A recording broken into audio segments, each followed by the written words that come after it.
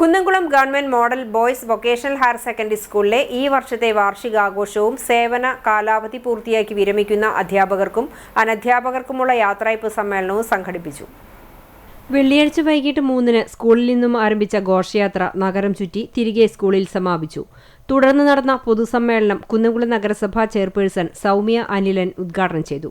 നഗരസഭ വിദ്യാഭ്യാസ കലാകായിക സ്ഥിരം സമിതി അധ്യക്ഷ ആർഷ ജിജു അധ്യക്ഷത വഹിച്ചു. പ്രശസ്ത നാടൻപാട്ട് കലാകാരനും അധ്യാപകനുമായ KU ഹരിദാസ് മുഖ്യാതിഥിയായി. സ്കൂൾ ഹെഡ്മിസ്ട്രസ് PT ലില്ലി വാർഷിക റിപ്പോർട്ട് അവതരിപ്പിച്ചു.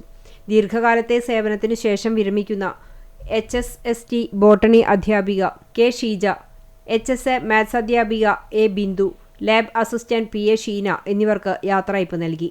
വിവിധ മേഖലകളിൽ കഴിവ് തെളിയിച്ച വിദ്യാർത്ഥികൾക്കുള്ള സമ്മാനദാനവും JRC ക്യാപ്പിംഗ് സെറമണിയും ചടങ്ങിൽ നടന്നു. നഗരസഭാ councillor Beena Babu, VHSC principal A Vijayalakshmi, PTA president Venugopal തുടങ്ങിയവർ സംസാരിച്ചു. വിദ്യാർത്ഥികളുടെ കലാപരിപാടികളും അരങ്ങേറി.